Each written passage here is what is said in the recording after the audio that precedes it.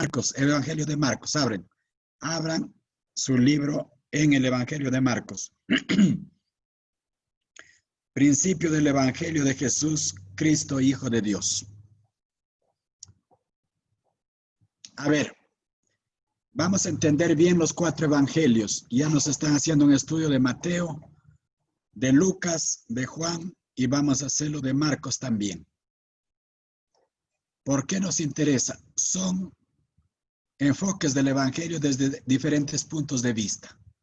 A nadie le hemos dado Marcos. Marcos es el evangelio más fácil de entender. ¿Por qué es más fácil? Porque una cosa es que lo veas directamente al mismo Cristo dando su sermón. Miren esto, escúcheme. Una cosa es verlo al mismo Cristo dando su sermón, al mismo Cristo hablando, tan profundo que los discípulos que estaban alrededor de él no lo entendían. No lo entendían sino hasta que vino el Espíritu Santo. Y resulta que Marcos no asistió a los sermones de Jesús. Marcos capta el sermón a partir de Pedro. Pasó un filtro racional. Pedro ya no lo cuenta el Evangelio de una forma muy espiritual, sino muy humanamente comprensible y rápida. Eso resulta conmigo y ustedes, que por más que les quisiera explicar la profundidad de las cosas de Dios, no lo van a entender. ¿Saben por qué? Porque pasa un filtro. Una cosa es haberlo yo mismo visto y otra cosa es que yo les cuente lo que los he visto. La intención es la siguiente: que ustedes mismos lleguen a escuchar la voz de Dios. Ustedes mismos tengan una relación personal con Dios. Y se van a dar cuenta que es muy diferente escuchar a alguien que escucharlo a Dios mismo. Por más que usted se imagine, no es igual. Por más que les explique o les repita varias veces, no es igual. Ustedes tienen que tener ese conocimiento. Es decir, yo anhelo conocer a Dios mismo. Por eso que Pablo se esforzaba de presentar a un Cristo idéntico. Pero los hermanos no captaron. Si ustedes se dan cuenta, ningunos captaron. Si ustedes se dan cuenta, Jesús directamente enseñando a sus discípulos, ninguno captaron. Pedro hablaba o me decía, yo capté, sino hasta que vino el Espíritu Santo a mi vida. Eso nosotros tenemos que entenderlo bien. Tenemos que entenderlo. Que el Espíritu Santo es el único que nos da el verdadero entendimiento. Y ahí cobra sentido lo que Jesús dijo: y cuando venga Él, tomará de lo mío y os lo hará saber. Si no fácil hubiese dicho, ¿saben qué? Vayan a predicar ustedes y a ustedes nomás que les crean. ¿Para qué? Pues Espíritu Santo. El Espíritu Santo es el que te da la verdadera profundidad. Una cosa es escuchar a alguien, si tenga el Espíritu Santo. Otra cosa es escuchar con el Espíritu Santo, al Espíritu Santo. Ustedes tienen que entender que hay una limitante muy grande. Yo mismo me doy cuenta. Porque cuando escucho sermones de mis pastores favoritos, no llega con la profundidad como que cuando el Espíritu mismo me habla. Y es por eso que, por ejemplo, nuestro hermano Dante Gebel tiene la habilidad de hacer un poco pintoresco. Cuenta hasta historias para hacerlo atractivo, que no es el sentido del Evangelio de Jesús, pero de alguna manera tiene que llamar la atención para que sea atractivo. El Evangelio de Jesús cuando hablaba era muy atractivo, tanto que la gente botaba todo y le seguían, porque llegaba hasta el corazón mismo. Cuando usted escuche la voz del Espíritu Santo enseñándole él mismo estas profundidades, vas a tener tanta hambre y sed de él que no vas a dejar de pensar en ningún momento. Esa diferencia marca el Espíritu Santo. Sin Espíritu Santo, yo les digo, no se entiende. Nos olvidamos rapidito de lo que nos proponemos, nos da pereza. Voy a leer la Biblia todos los días, un día lo pones ganas, después te quita las ganas. Con el Espíritu Santo ya no es así. Voy a orar 3 veces diario, con el Espíritu Santo oras a cada rato. Voy a ayunar, lo tienes miedo al ayuno, con el Espíritu Santo es capaz de ayunar todos los días. Hay unas ganas, un deseo, un hambre por hacer eso. Ustedes no se tienen que limitar al conocimiento humano nada más, sino al divino. Que esto les sirva como un portal, una entrada para entrar a eso. Pero no se contenten con eso, por favor. No se contenten. ¿Ya? Usted va a tener que pasar por pruebas y dificultades. Dios lo hace a propósito para ver, a ver cuán decidido eres. Fácilmente, si no tuviera el Espíritu Santo, dijera, hermanos, no puedo, no entro, canten, alguien diga algo. No. ¿Por qué? Porque son pruebas que me vi a mi vida. Anoche di el tema e inmediatamente Satanás pidió permiso para afectarme. Desde anoche ya no podía hablar. Hoy día estoy hablando más ya. Y yo siempre digo, ¿y por qué? Para ver a ver si a pesar de todo, porque yo mismo tengo que ser probado. ¿Qué dije? Así me maten, yo seguiré predicando el evangelio. Esas palabras escucha Satanás y dice, a ver, voy a ponerlo a prueba. Si es verdad. Entonces les vienen problemas y dificultades. Entonces, no lo van a pasar bien ustedes, van a tener pruebas. Nuestra sobrina Alesia me llamó un ratito llorando. Una prueba grave que lo subestima demasiado a ella. Hace como 10 minutos antes de empezar el culto. Pero esa es parte de ser probados como hijos de Dios. No se tienen que rendir. Cuando uno ya va caminando, va entendiendo y va endureciendo su mentalidad, su entendimiento, sus ganas, su deseo. Ya no se doblega por cualquier cosa simple. Les estoy avisando esto, por favor. Las bendiciones, lo que se cosecha después de pasar la prueba es muy grande, hermanos, muy grande. Yo tuve un problema hace 8 años con un señor de acá. El señor me agarró un odio bárbaro y hasta ahora mi conciencia no ha estado tranquilo. Y he orado siempre, porque cada vez que lo veo a una cuadra, el Señor se quita, corre. Y muchas veces he pensado irme hasta su casa. No importa pedirle perdón, pero yo no le hice daño, Él me hizo a mí. Pero mi conciencia estaba constantemente mal, se sentía, hasta para hablar frente a ustedes, porque había como que una deuda pendiente con ese señor. Y resulta hoy día, llegando al consultorio, yo le dije, Señor, por favor, darme toda la calma posible. Quiero recibirlo a este señor con mucho amor. Se sienta, me mira, pensativo, pálido, y me dice, yo sé que me vas a gritar, no importa, hermano, pero ya no aguanto. Quiero pedirte perdón. Me asombró. No te vayas a enojar, hermano, ni me vayas a sacar a palos de acá. Pero quiero pedirte perdón. Déjame darte un abrazo, hermano. Te fallé.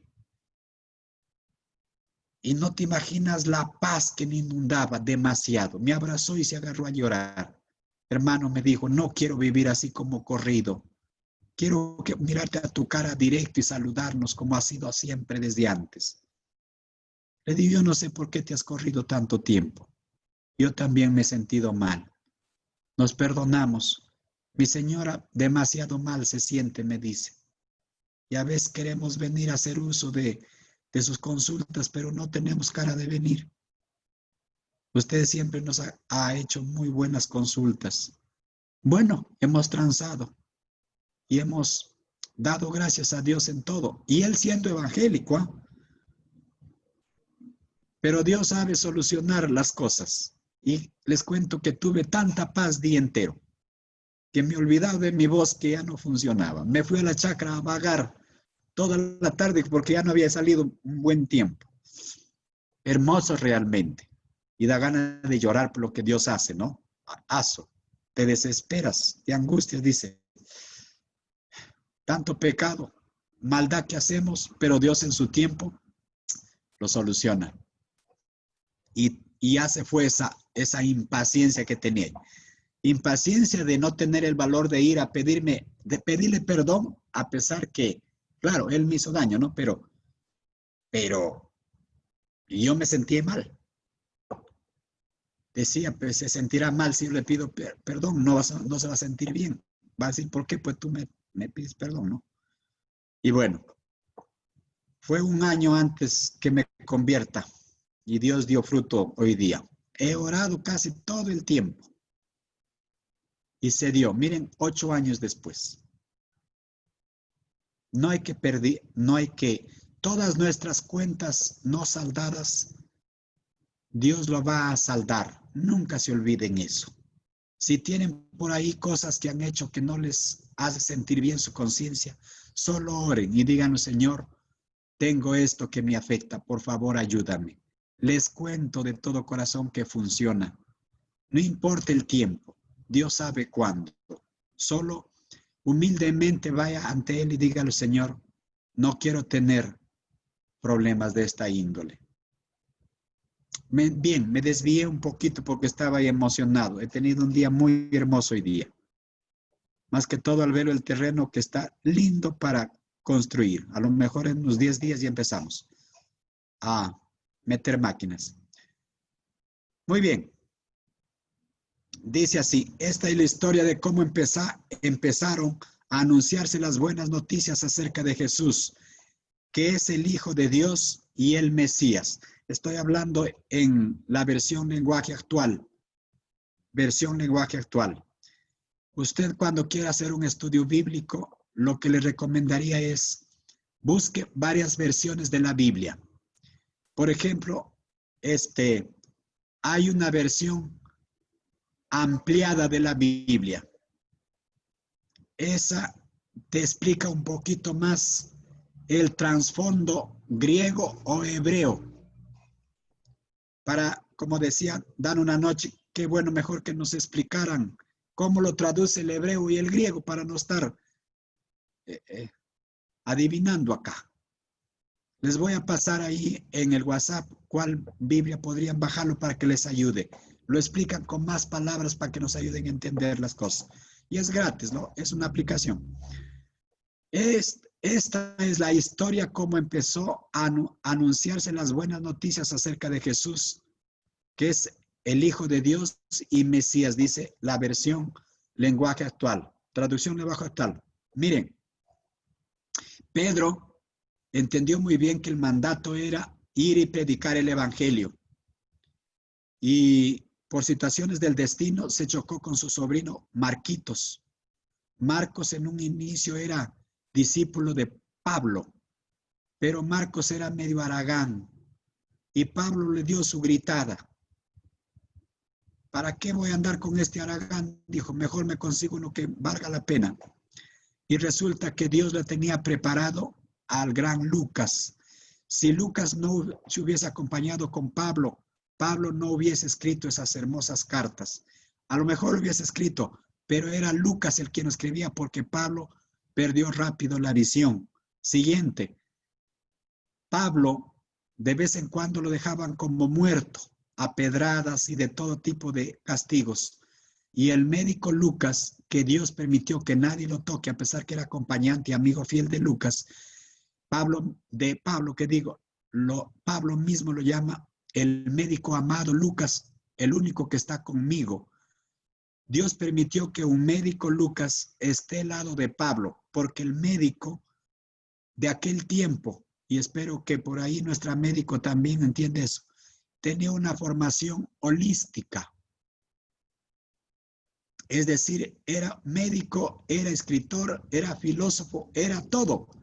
Los médicos no eran cualquier cosa. Al menos griegos eran muy, muy entendidos, muy duchos en muchas materias. Y entonces, para Pablo, le era un problema, pues andar con gente haragana, porque él era muy exigente. Y él pensó educarlo a Marquitos desde cero, pero Marcos no captó el mensaje. La velocidad con que se movía Pablo no iba a esa velocidad. Nuestro Pedro era un poco más lerdito, por el mismo hecho de que Marcos no contabilizaba tanto con Pablo, porque Pablo hablaba muchas cosas profundas y aburría a ratos. Cuando usted escucha a personas que hablan todo profundidades, no alcanza tu mente, aburre, estorba. Y Pablo, si usted lee sus cartas, casi lo hace fácil, decía Pani un día, no sé por qué lo hace tan difícil Pablo, tan fácil que es decir tal cosa y ya. O Dana creo que dijo. Y imagínese todos los días estar escuchando. ¿Qué habla este? ¿Qué profundidades está diciendo? Ustedes se dan cuenta, y no quiero que se sienta mal Iván, porque es mi sobrino el que más lo quiero. Discúlpenme todos los sobrinos. Varón estoy hablando. Es el que más lo quiero, Iván, sinceramente. Para mí es mi hermano. Yo no te veo sobrino. Yo te voy a sacar de los pelos, aunque sea de donde estés. Te quiero demasiado y desde chiquito. Yo no tengo ningún problema. Yo no puedo tratarlo así a Stalin o a David o a Eric. No, prefiero callarme y dejarlos ahí. Aunque me escuchen, ¿qué me importa? O Diego. No, no se hace mi sangre. Pero al Iván no. Es, Iván, yo no te voy a dejar en paz hasta que reciba el Espíritu Santo. Ya estoy advirtiendo ya. Yo soy medio loco. Escúchame. Resulta que Marcos, yo Iván te quiero en mi ministerio. Y eso es lo que me hace adelante. Señor mismo me dijo, Iván es el más inteligente. Yo no lo he dicho. Él me dijo, Iván es el más inteligente. Yo te dije en tu cara, yo pensaba que era el Eric. Me dijo, no, es Iván. Mire, resulta que pues se hartó Marquitos. Marquitos estaba en la edad de la adolescencia. ¿Cómo puede un hombre golpeado, exigente, renegado hasta con las mujeres? Porque a Pablo lo ves así. Y los trata así un poco. Que la mujer, si quiere conversar algo, que se vaya a su marido a preguntar en su casa. Aquí calle. Y a veces esas enseñanzas ha sido en estos tiempos incluso causa de serios problemas con las pobres mujercitas. Tanto algunos que dicen, no, la mujer no debe ser pastora, no debe enseñar. Uf, duele. No es así. A ratos viene medio cuerdo Pablito y dice, somos uno en Cristo, ya no hay varón, ni mujer, ni esclavo, ni libre, ni blanco, ni negro. No hay nadie, diferencia, uno en Cristo. Total, ¿hay diferencia o no hay diferencia? Somos una. Entonces tienes que irte al contexto ya, al contexto de la circunstancia histórica, política, social, económica. Si hubiese sido una regla general, pues Pablo lo hubiese mandado eso en todas sus cartas. Pero no fue eso. Resulta que, por ejemplo, a Timoteo le dice, pero Timoteo pues estaba en una iglesia pastoreando donde las hermanitas pues se creían de sábelo todo y el muchacho era medio niñón todavía. Y a Timoteo pues le aconseja que se ponga en su línea. No, nadie te tenga en poco tu juventud, si no sé, ejemplo, en sabiduría, en ciencia, en todo. Tú te das a dar cuenta así, recién por qué Pablo habla lo que habla. No digo que esté equivocado, pero tenía unos arranques medios muy bruscos, Pablito. Mire, Pedro, en cambio, era más permisivo, más tranquilo. Ok, no quieres andar conmigo, ya, pues no. Un tiempo andó con su amigo de Pablo, que también se unió con un tiempo Bernabé, pero Bernabé tampoco lo contentó a Pablo, porque Pablo era un loco, pues. Pablo no dormía, Pablo lo encerraban en la cárcel, le ponían sus piernas en el cepo, se agarraba a cantar, lo estremecía las paredes. Una vez vino un temblor por cantar tanto y se quedaron en la pampa. Pablo era un loco por el Espíritu, loco por Jesús. No dormía por pensar en Jesús. Donde quiera hacía sus negocios y hablando de Jesús, hablando de Jesús, hablando de Jesús. Es que era loco en la ley, pasó a ser loco en la gracia. Hasta mataba por defender la ley, pues imagínense. Bien, ¿qué pasó? Marcos no se mueve a ese nivel. Lo que estoy contándole es no para hablar mal de Marcos ni de Pablo, sino para decirles que todos nos movemos a diferentes niveles, diferentes.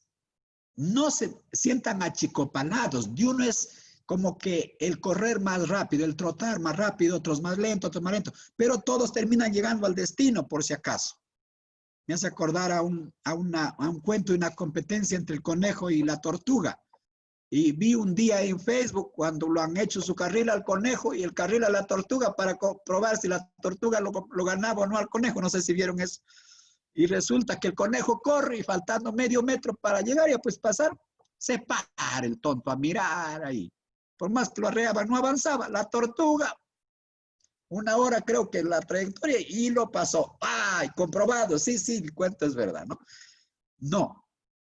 Si podemos avanzar más bien, pero no se pare. Si puede ir lento, pero seguro. No se pare tampoco. ¿Ya? Todos somos útiles para Dios. Así como Pedro, medio permisivo.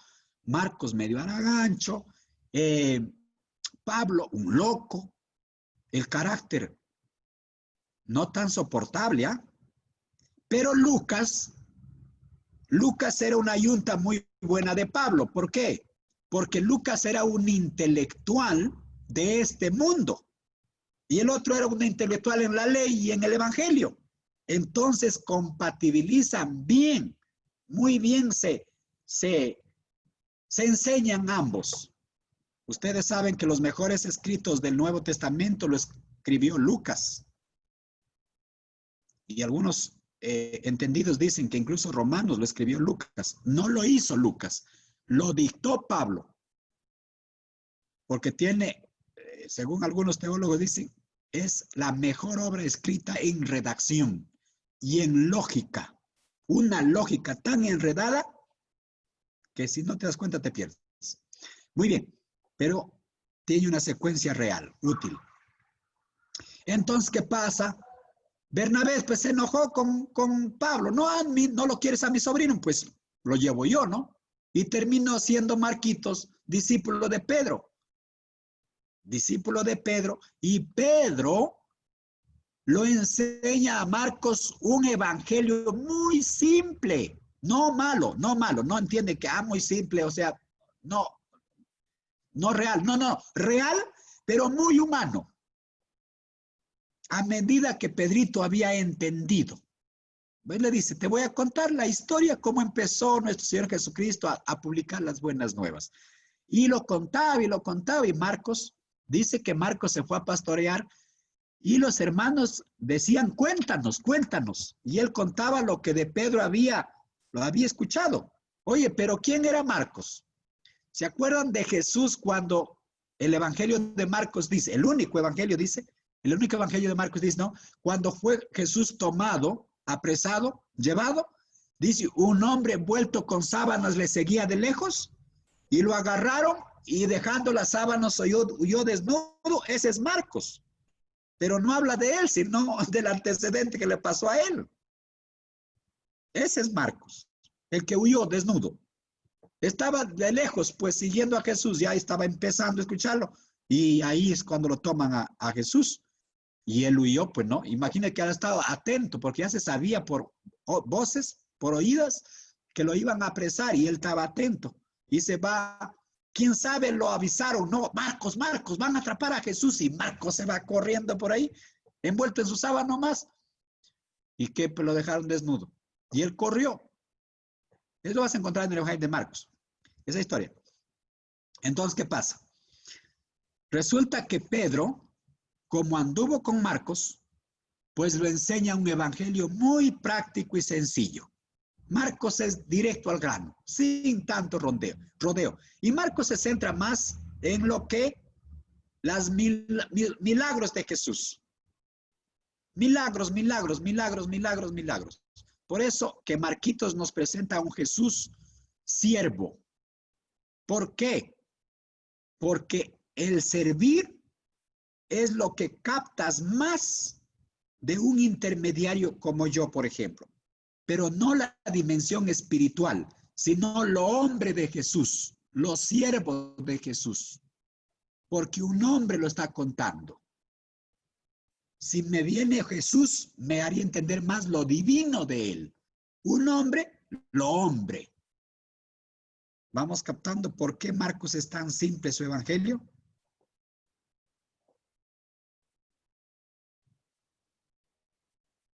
Marcos, muy bien, por ahí está alguien buscando. Marcos 14 del 51 al 52. Lee, Danita, ese episodio para ponernos ahí al día. ¿Qué dice? Cierto joven que se cubría con solo una sábana iba siguiendo a Jesús. Lo detuvieron, pero él se soltó de la sábana y escapó desnudo. Ese. Cierto, joven, todavía dice, para no pasar roche, por no decir yo fui. Muy bueno. Entonces, ¿qué pasó?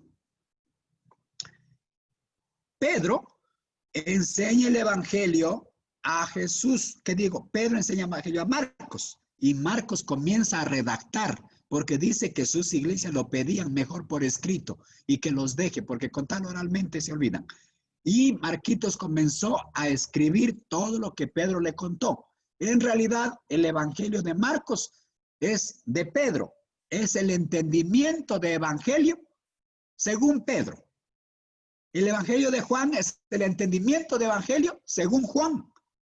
El evangelio de Lucas es el entendimiento de evangelio de un investigador, de uno que por fuentes segundas o terceras capta el mensaje. Yo quiero que cuando lean se dan cuenta las tres opciones. Lo repito, Mateo es uno lleno de ley de Moisés.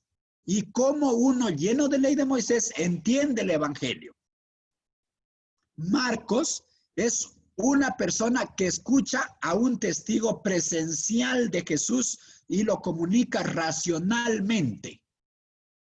De él no es presencial, pero lo cuentan a él. Lo que escucha. Marcos, les cuento que el primer evangelio escrito fue por Marcos.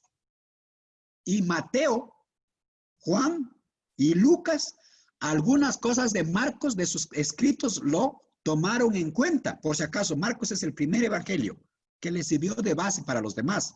Los demás agregan otras cosas más. A ver, escuchen. Mateo es de un ducho en ley, pero que les ayuda a diferenciar ley y gracia, ley y evangelio. Marcos es un tipo que averiguó todo de un testigo presencial de Jesús. Y él capta más o menos para que ustedes se den cuenta cómo es cuando hay un intermediario humano. Sobre todo es la parte de siervo de Jesús, haciendo milagros, señales y prodigios. Eso es lo que Marcos no tiene mucha, digámoslo así, una visión divina de Jesús, sino humana. Siervo, utilidad, cómo lo sacaban provecho la gente para ser sanados, para una y otra cosa. Marcos. Lucas es cuando un estudioso bíblico, es lo que hacen ustedes, se va a todas las fuentes. Se va a la historia, se va a los testigos presenciales que andaron con Jesús, se fue a la mamá, se fue a los amigos. Es todos los datos de las fuentes que atestiguaron a Jesús. Marquito solo se limitó a Pedro, el otro no, a muchas fuentes. Por eso es que Lucas lleva la genealogía de Jesús hasta Adán. Este sí que era muy entusiasta, pues, en escudriñar algunas cosas. Noemí, ¿tú tienes Marcos? Ya, entonces, todavía no te he escuchado en Marcos. Siguiente. Ahorita lo leo y dices que tú eres. Quizás estos datos no lo ibas a recabar. Escúchame. Muy bien. Marcos. Lucas, en cambio, es un intelectual que busca datos de todas las fuentes. Entonces usted cuando lea Lucas, usted puede ver cómo llega el evangelio a alguien que investiga. Investiga. Y no hay duda que si Pablo tenía el Espíritu Santo, pues su compañero también tenía que tenerlo, porque Pablo quería que todos reciban el Espíritu Santo. Muy bien. Juan es un testigo presencial de Jesús. ¿Pero qué? Un testigo que te hace volar a un Jesús muy alto, muy espiritual. Dice ahí, ¿quién fue? ¿Quién fue? Ethel dice que a ti te toca. Muy bien. Escuchen. Y es por eso que tienen diferentes perspectivas de entendimiento. Y cuando usted lo una a Mateo, Marcos, Lucas y Juan, tendrás un boceto bien claro, lo más claro posible, de un Jesús. Muy bien, una vez que tú tienes ese boceto bien claro, recién eso te ayuda a averiguar por ti mismo quién es Jesús. No te duermas allí. Di, ahora sí, yo mismo quiero tener ese encuentro con Jesús.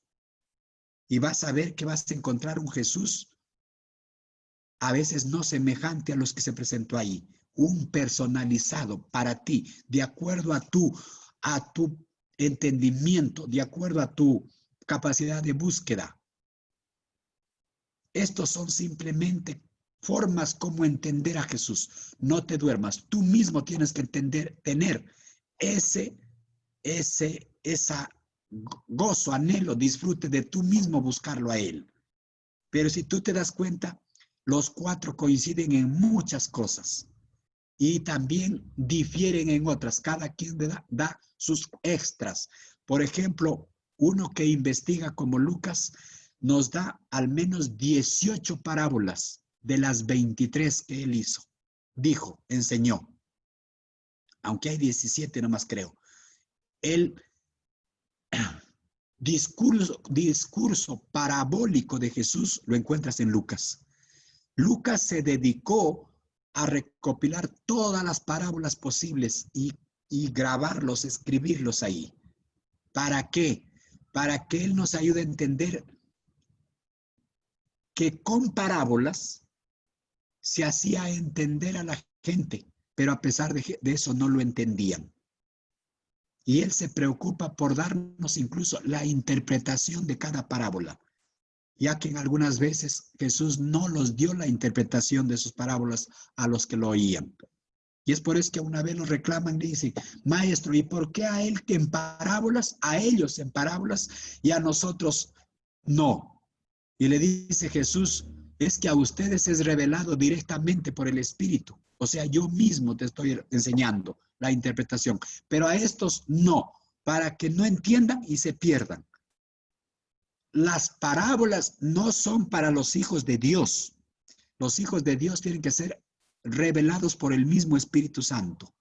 Las parábolas son para los extraños, porque ellos no entienden ni están buscando el Espíritu Santo. Eso tiene que entenderse. ¿Ya? Las parábolas son para gente que no entiende. Para ellos son las parábolas. Juancito nos narra un Jesús muy espiritual, muy águila, que vuela muy alto. Personalmente él captó esa parte de Jesús y el Espíritu Santo lo ayuda a entender que tiene que escribir eso. Eso no fue casualidad, no fue así por así. Les enseñaba una vez que esto ya estaba profetizado. No hay nada que suceda en esta tierra que Dios ya lo haya predicho, lo haya establecido, lo haya profetizado. Al profeta Jeremías, y si no me equivoco, Ezequiel, dice, y vio una imagen en el cielo que tenía 4 caras, muchas ruedas, muchas alas, muchos ojos. Las ruedas no tenían dirección, que se movían en cualquier dirección y al mismo tiempo. Ojos por todos lados y alas, diferentes alas. ¿Eso que simbolizaba? El Espíritu de Dios y también el Hijo. Es decir, ¿qué simbolizaba? que no tienen dirección, sino que en el mismo tiempo miran en todas las direcciones y se mueven en todas las direcciones y ven en todas las direcciones y tienen el control de todo lo creado. Eso simboliza. Por ejemplo, dice, vi, una cara era como de hombre. Hombre. ¿Y quién nos enseña un evangelio con cara como de hombre perfecto? Lucas. Porque los griegos buscaban lo ideal del hombre. Los griegos son los inventores de los gimnasios, pues ustedes saben, ¿no? Ellos inventaron que los musculosos cuerpos esbeltos deben ser los más perfectos. Entonces, Lucas describe a un Jesús hombre perfecto, sin ninguna cicatriz, sin ninguna mancha, física y espiritualmente. El Jesús hombre nos describe, el mejor describiendo Jesús hombre es Lucas. La imagen física te describe hasta con puntos y comas. Lucas como médico dice que Jesús no dice el evangelio. Yo escuché una noche que alguien dijo que Jesús sudó gotas de sangre. No, Jesús nunca sudó gotas de sangre. Él dice que sus sudores eran como gotas de sangre. O sea, si tú ves una gota de sangre y lo comparas con una gota de agua, difieren mucho, por si acaso. Y para que dé ese punto de vista como gotas de sangre, tenía que ser alguien que conoce cómo es la gota de sangre, ¿no? Entonces Lucas es muy minucioso. Datos muy detallistas nos da Lucas. No, Dios, Lucas siempre nos va a presentar que Jesús tuvo una imagen muy hermosa, muy linda, sin arrugas, sin cicatrices, totalmente el mejor de los corderos. El Hijo de Dios hombre. Porque los griegos buscaban la hermosura física. La hermosura física. Siguiente. Mateo. Mateo dice esa imagen que una cara era de hombre. Muy bien. La otra cara era como de león. León es el rey de la selva, el rey de los animales silvestres. Entonces, Mateo siempre lo llama a Jesús el león de la tribu de Judá, que estaba profetizado también, que de Judá se levantará un león. A veces no lo entendemos, pero en el Antiguo Testamento hablan de una ciudad de Ariel, no sé si les suena. Se dice ciudad de Jerusalén, ciudad de las palmeras, ciudad de David o ciudad de Ariel. Es la misma cosa. En algunos escritos en la Biblia escuchar la ciudad de Ariel. Ariel quiere decir, ¿qué quiere decir Ariel? Ariel quiere decir león de Dios. Eso quiere decir Ariel. ¿A quién se estaba refiriendo? A Jesucristo mismo. Estaba encubierto. Yo no entiendo, hermanos, sinceramente, por qué Jesús vino encubierto. Por ejemplo, ve, Isaías dice que este será o se llamará admirable, consejero, Dios fuerte, Padre eterno, príncipe de paz. Es lo que dice Isaías. Y cuando Jesús viene, él nunca dijo, pues hermanos, nunca dijo yo soy admirable, consejero, Dios fuerte, Padre eterno, príncipe de paz. Él dijo, yo soy el Hijo del Hombre. ¿Y dónde está escrito eso de hijo de hombre? En Daniel 7:13. Daniel no lo llama admirable, consejero, Dios fuerte, Padre eterno, príncipe de paz. Eso lo llama Isaías. Daniel dice, y vi a uno como hijo de hombre. Y él dijo, yo soy el hijo del hombre, en honor a Daniel 7:13, que era una... Por eso que los judíos no se pudieron dar cuenta. Tú eres el hijo de Dios. Yo soy el hijo del hombre, les decía. Cuando tú eres el rey de los judíos, no, tú lo has dicho. Aso. Tú eres el Mesías que ha de venir. Se callaba. Pero todo tenía una congruencia. No estaba así por así guardando silencio. Les cuento que normalmente el judío, no, el rabino o el sumo sacerdote, incluso los sacerdotes, utilizaban primero el manto para que esté al contacto con la piel y sobre del manto la túnica, que la túnica simbolizaba el grado religioso que son ellos. La túnica era como el mandil que se ponían encima.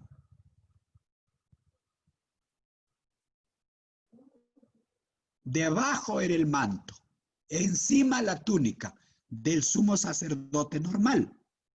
Eso es, así está escrito en la ley de Moisés, en Éxodo, que así tiene que ser, y en Deuteronomio lo repiten, que tiene que ser así, si no, no es sumo sacerdote. El manto abajo, que es su vestido normal, y la túnica encima, como el guardapolvo de los que estudian medicina o química, ¿no? Así, encima pues, la túnica. ¿Y qué creen que hizo Jesús?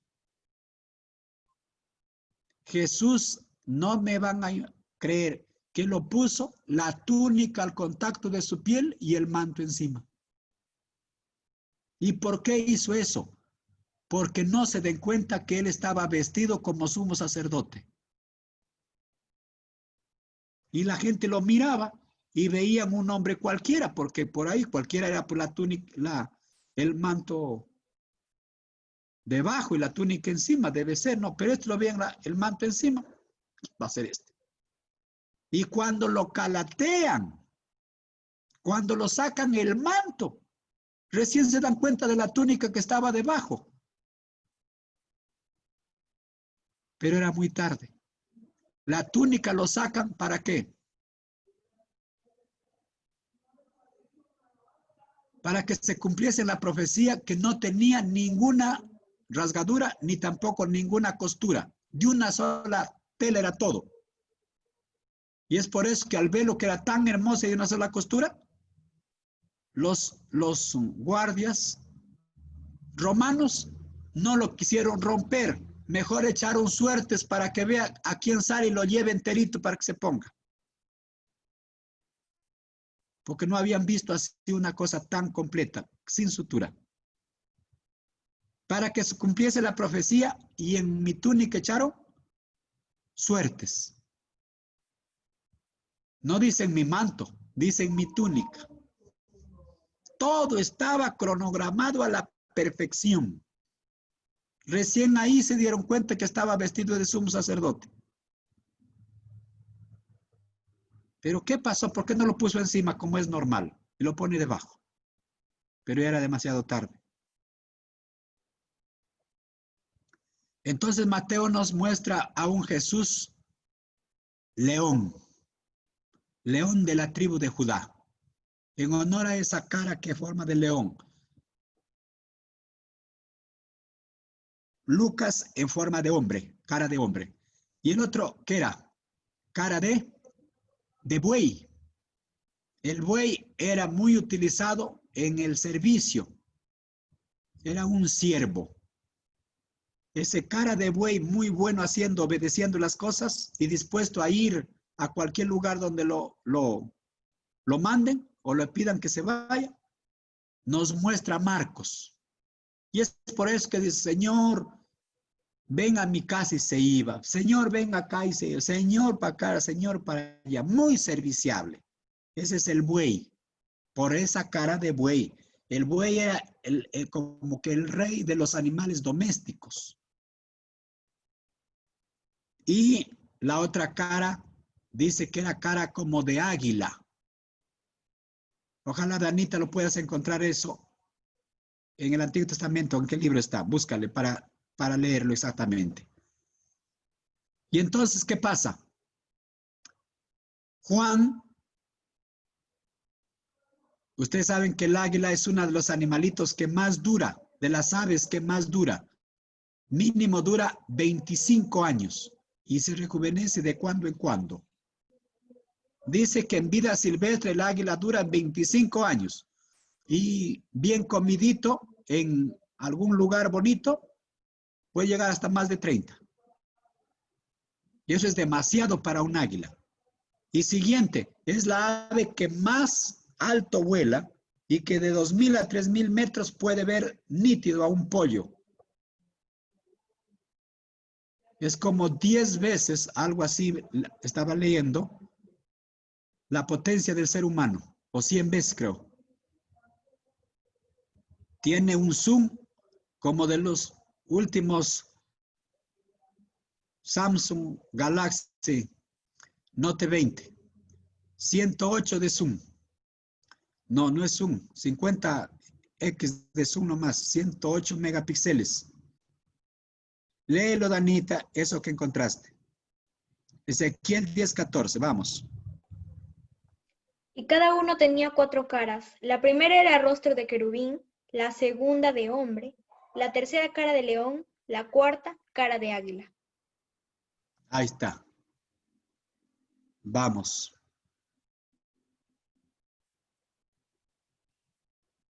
Hay otro lugar ya. Muy bien.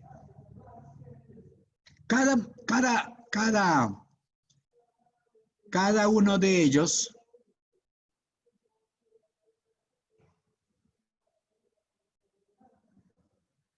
faltaría el de buey, que sería el querubín.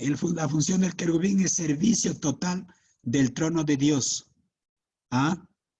¿Qué versión es esa, hija? Valera del 60. Ya. El querubín, su función es exactamente el que cuida el trono de Dios, el servicio total, el que más cerca está a Dios. Ese siervo total. Siguiente. El Evangelio de Juan nos presenta a un Dios, a un Jesús águila. Se remonta solitario sobre toda la creación. Nadie alcanza ese lugar. ¿Ah? Pocos animales pueden llegar a eso, por no decirse el único. Las ratas no llegan. A manera de historia dice que un señor, el animal que más temía eran las ratas. Y este era piloto. Y entonces resulta que a su avión había entrado una rata.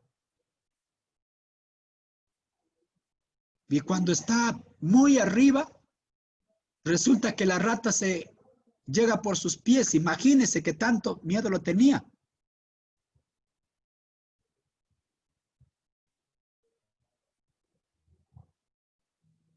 Y entonces llama al centro de control.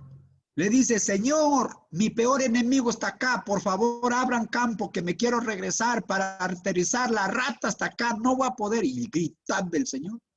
Demasiado.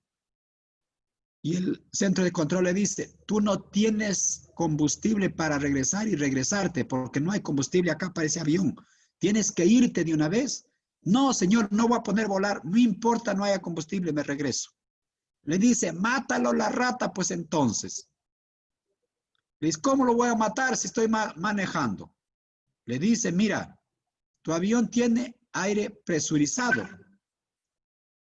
Tu avión tiene aire presurizado.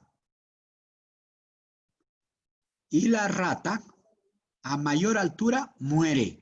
Lo que tú tienes que hacer, en vez de gritar, es subir más. Sube más unos cuantos codos y vas a ver. Subió 50 codos y la rata murió. El hermano, al predicar esto, decía, mientras más arriba vayamos, todas las ratas que cargamos tenderán a morir. Vamos, Danita, si encontraste algo de buey. Sí, lo de buey aparece en la traducción lenguaje actual. Vamos, lee. El espíritu que impulsaba a los seres también estaba en las ruedas. Por eso, cuando los seres se movían o se paraban o se elevaban de la tierra, las ruedas hacían lo mismo. Cada uno de los seres tenía 4 alas, y en sus costados, debajo de las alas, tenían manos humanas. Tenían también 4 caras. La primera de ellas era la de un toro, la segunda era de un hombre, la tercera era de un león y la cuarta la de un águila. Muy bien. En tu versión, Ali, lee, por favor.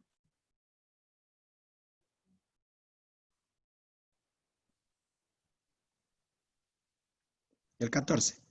Ya, es la Nueva Traducción Viviente.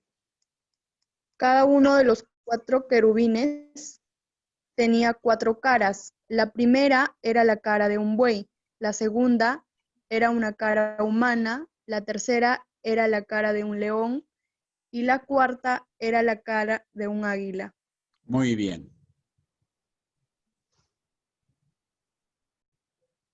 Excelente. Nos han dado los datos del cual estamos hablando. Gracias. Así manténgase vigilancia. Miren, Juan entonces nos da a un Jesús muy alto, volando más alto que cualquier entendimiento.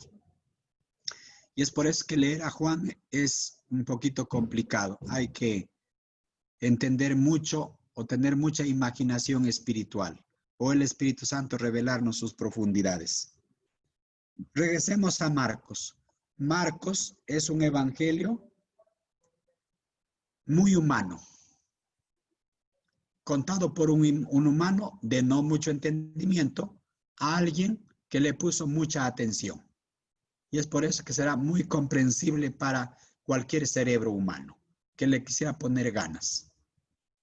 Muy fácil tampoco, ¿no? Pero de todas maneras de los evangelios el más fácil. Dice así: principio del evangelio de Jesús Cristo, Hijo de Dios.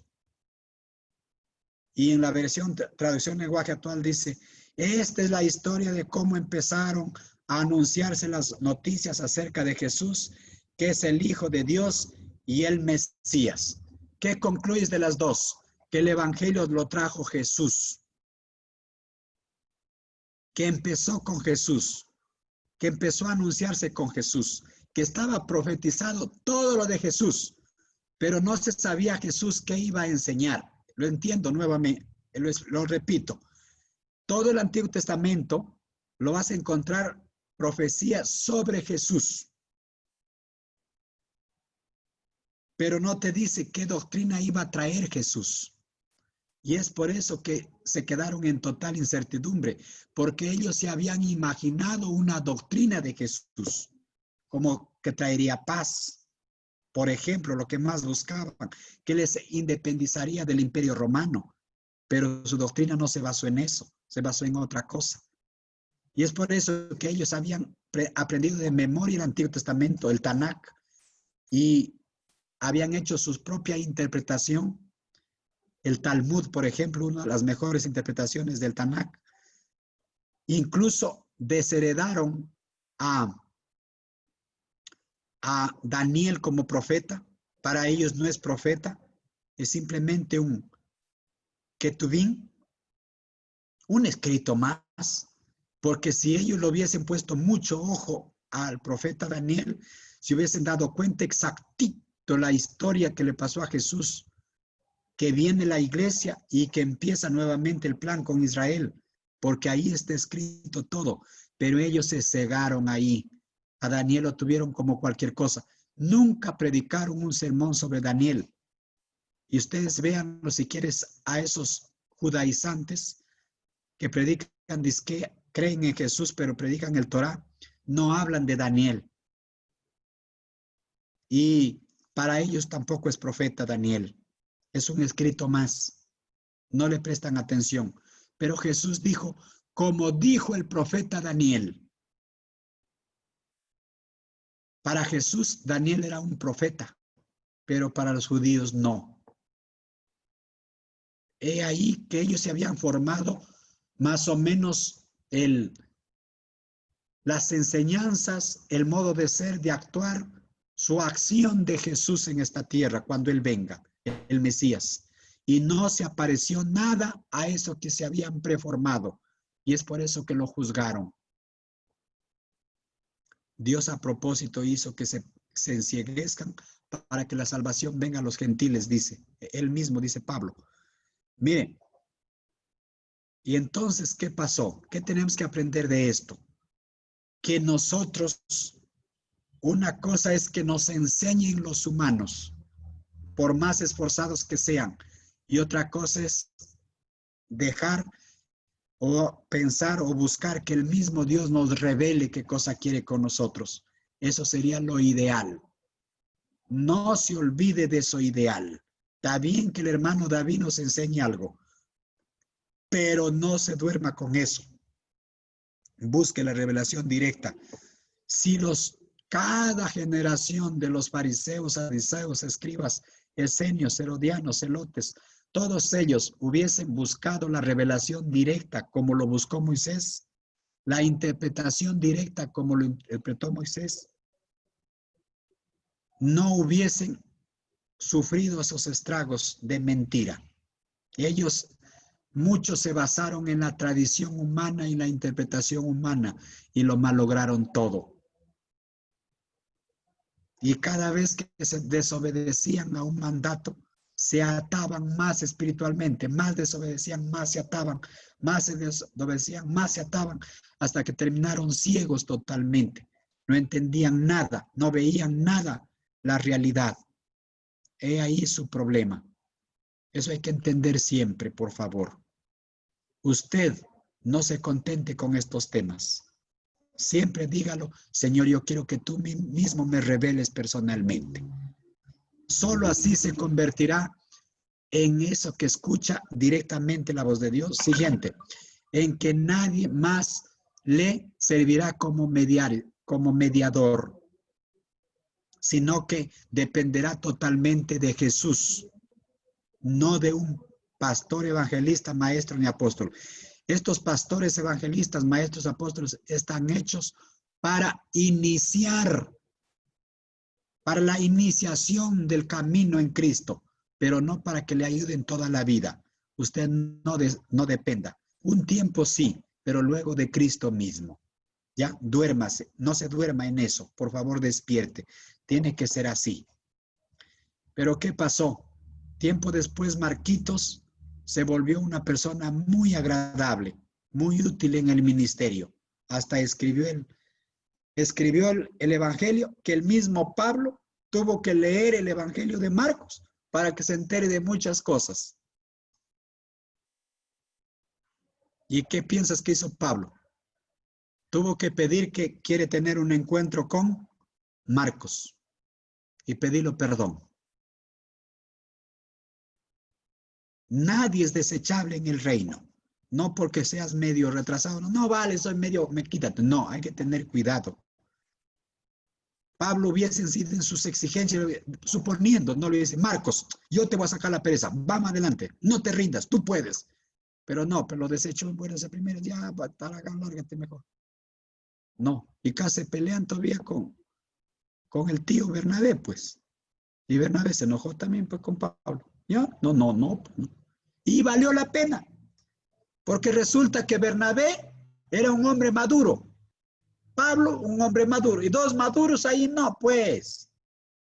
Resulta que se produjo esta división y Bernabé abrió obra con Marcos por allá, a su ritmo, y Pablo con su Lucas por este lado a su ritmo. Y avanzaron el cristianismo, la cristianización, por decirlo así. En realidad es la predicación del evangelio. No hay cristianismo en la Biblia.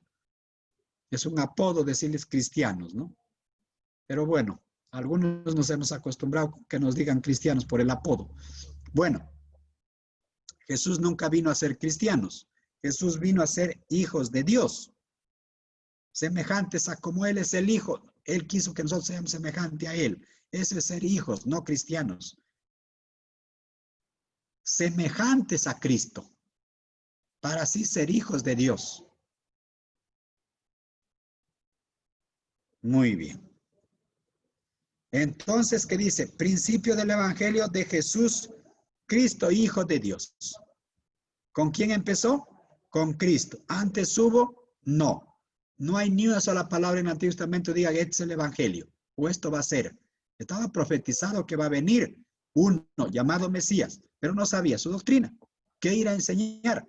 Por eso es que cuando Dios al monte de la transfiguración y sobre cuando estaba siendo bautizado, él mismo dijo, este es mi hijo amado, al que tengo complacencia, a él oíd, en el que tengo complacencia, a él oíd. Es como que Dios mismo dice, óiganlo a este, por favor, óiganlo a este. Y nosotros tenemos que oírlo a ese. Ya no podemos andar oyendo a otra persona, sino a ese. Lee, por ejemplo, 2 de Corintios 5, 16 hasta el final. A ver, Ethel, 2 de Corintios 5, 16 hasta el final.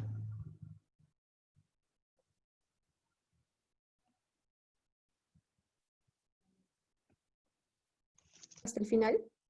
Sí, Reina Valera, ¿verdad? sí, hija. Ya. De manera que nosotros, de aquí en adelante, a nadie conocemos según la carne. 2 de Corintios. 2 Corintios 5, del 16 hasta el final. No. Sí, está bien así. Está bien, hija, me estaba equivocando. Ya. 2 Corintios 5, 16 hasta el 21. De manera que nosotros, de aquí en adelante, a nadie conocemos según la carne. Y aun si a Cristo conocimos según la carne, ya no le conocemos así. De modo que si alguno está en Cristo, nueva criatura es. Las cosas viejas pasaron. He aquí, todas son hechas nuevas. Y todo esto proviene de Dios, quien nos reconcilió consigo mismo por Cristo y nos dio el ministerio de la reconciliación. Que Dios estaba en Cristo reconciliando consigo al mundo, no tomándoles en cuenta a los hombres sus pecados, y nos encargó a nosotros la palabra de la reconciliación. Así que somos embajadores en nombre de Cristo, como si Dios rogase por medio de nosotros. Os rogamos en nombre de Cristo, reconciliaos con Dios. Al que no conoció pecado, por nosotros lo hizo pecado, para que nosotros fuésemos hechos justicia de Dios en él. Miren, si usted entiende muy bien, el 2 de 2 Corintios 5, 17 dice, de modo que si alguno está en Cristo, nueva criatura es. Las cosas viejas pasaron, he aquí son todas hechas nuevas. Esto es el centro del asunto. ¿Cuáles eran las cosas viejas? Por eso que se llamaba buenas nuevas de salvación. ¿Cuáles eran las cosas viejas? La ley y sus enseñanzas.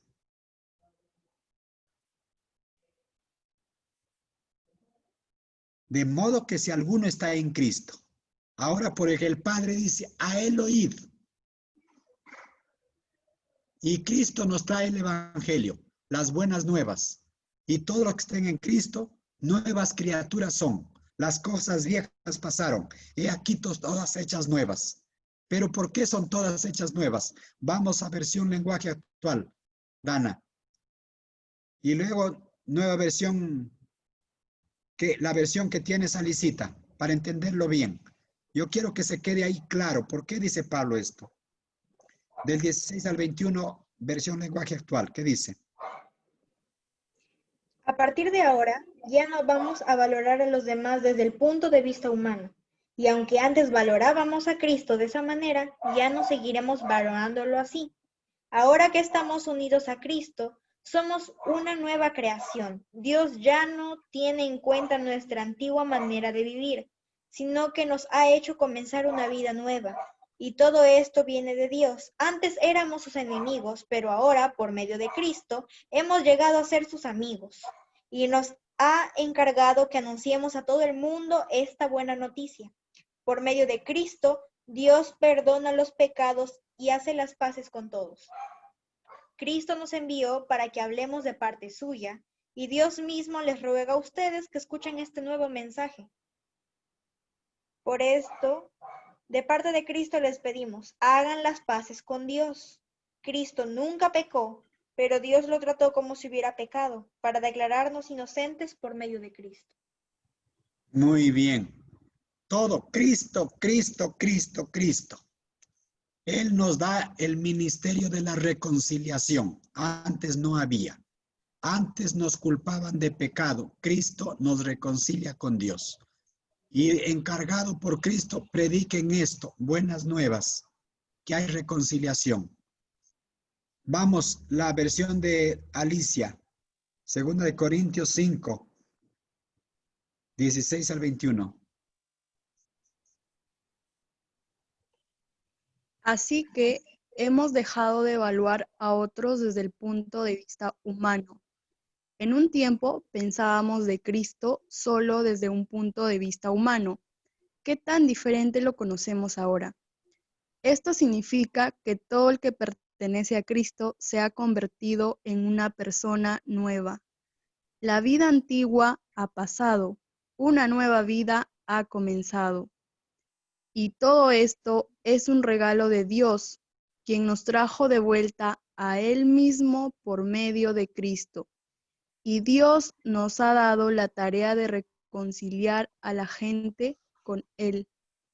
Pues Dios estaba en Cristo reconciliando al mundo consigo mismo, no tomando más en cuenta el pecado de la gente, y nos dio a nosotros este maravilloso mensaje de reconciliación. Así que somos embajadores de Cristo. Dios hace su llamado por medio de nosotros. Hablamos en nombre de Cristo cuando les rogamos, vuelvan a Dios, pues Dios hizo que Cristo, quien nunca pecó, fuera la ofrenda por nuestro pecado, para que nosotros pudiéramos estar en una relación correcta con Dios por medio de Cristo. Muy bien. Hablan, dice, somos embajadores de Cristo. Usted conoce un embajador. Es un representante de nuestro presidente o del gobierno peruano en tal lugar. ¿Qué tiene que hacer el embajador? Exactamente decir lo que el gobierno dice, lo que el gobierno desea. Lo que el gobierno le impone, eso tiene que hacer. No puede hacer otra cosa el embajador. Entonces, ¿qué pasa? Si somos embajadores de Cristo, tenemos que llevar su mandato, su orden, su palabra, sus enseñanzas. Ahora dice, de modo que si alguno está en Cristo, nueva criatura es. Ya no somos embajadores de, sino embajadores de Cristo. Y Él es el que pone las leyes, normas, estatutos, decretos y mandamientos, donde quiera que vayan. Por eso es que Jesús dice, ir por todo el mundo y predicar el evangelio. Ese es mi orden. Ustedes son mis embajadores, eso tienen que hacer. Y eso dedíquense. Y todo aquel que creyere, dice Marquitos, y fuere bautizado será salvo. ¿Creyere qué? En el evangelio. Entonces, ahí radica que el centro de todo ya es Cristo. ¿Y cómo? ¿Cómo así es Cristo? Lo que enseñó Cristo. Es lo que hay que entender. Y todos los 4 evangelios se centran en ver las 4 perspectivas diferentes de Cristo. Mateo a su forma, Marcos a su forma, Lucas a su forma, Juan a su forma. ¿Qué dice la gente normalmente? Oh, algunas cosas se repiten, otras cosas se contradicen. No se contradicen, se agregan. Alguien hasta acá entendió, otro un poquito más. Todos contribuyen a tener el mayor de los entendimientos de Cristo. Los 4, no puedes aislarlo. Bien que hemos fijado que se haga el estudio de los 4 evangelios, eso es bueno. ¿Alguien lo tiene de Mateo? Fanny, creo. Marcos dice Noemí, Lucas lo tiene Doris y Juan Ethel. Así que a las 4 les digo que por favor me planteen bien el evangelio, porque esa es la doctrina de Cristo. Eso es lo que nos mandó a predicar. Ya no quiero ambigüedades.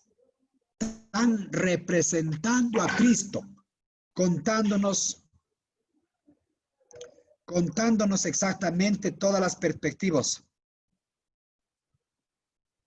Las perspectivas de Cristo, de todos los ángulos posibles. Así que los que están representando a Cristo en los 4 evangelios, tienen que ser ustedes mismos. Esfuércense que sea Cristo mismo hablando en ustedes. Preséntenme a un Cristo de acuerdo a la perspectiva de cada evangelio, porque eso tiene que quedar bien sembrado en nuestra mente. Ustedes son las encargadas, creo que son todas mujeres, las encargadas de sacar todo lo de Cristo. Y de eso depende incluso nuestra vida eterna. Sean las mejores embajadoras de Cristo. No lo hagan quedar mal. Por favor, convénzanos en sus homilías. Estamos, ¿verdad? Si usted, lo repito esto, entiende la mayor profundidad de los 4 evangelios, vas a sentirte tan satisfecho que solo pensarás en Cristo. Hagan, por favor, expositores de los 4 evangelios, que nos enamoremos de Cristo, que lo amemos a Cristo, que pensemos día y noche de Cristo. Así que preséntemelo de la mejor manera posible. Hágalo. En ustedes ha caído toda la responsabilidad de nuestra salvación. Los demás estudios contribuyen a entender a Cristo, pero no es Cristo. No lo puedo exigir a Iván, por ejemplo, que me encuentre a Cristo allí. Es difícil encontrar a Cristo porque está muy escondido. O en Eclesiastés, ¿qué puedes encontrar a Cristo? Está medio difícil. Pero los 4 evangelios es Cristo mismo. Y esa es nuestra obligación. Eso hacer. Somos embajadores de Cristo. Representantes dignos de Él en esta tierra. Ciudadanos de su reino. Y por favor, háganlo lo mejor posible. Así que a orar y ayunar. Les responsabilizo en esta noche a Fanny, Doris, Noemí y Ethel, que nos presenten la mejor versión de Cristo posible. Es su obligación. Amén.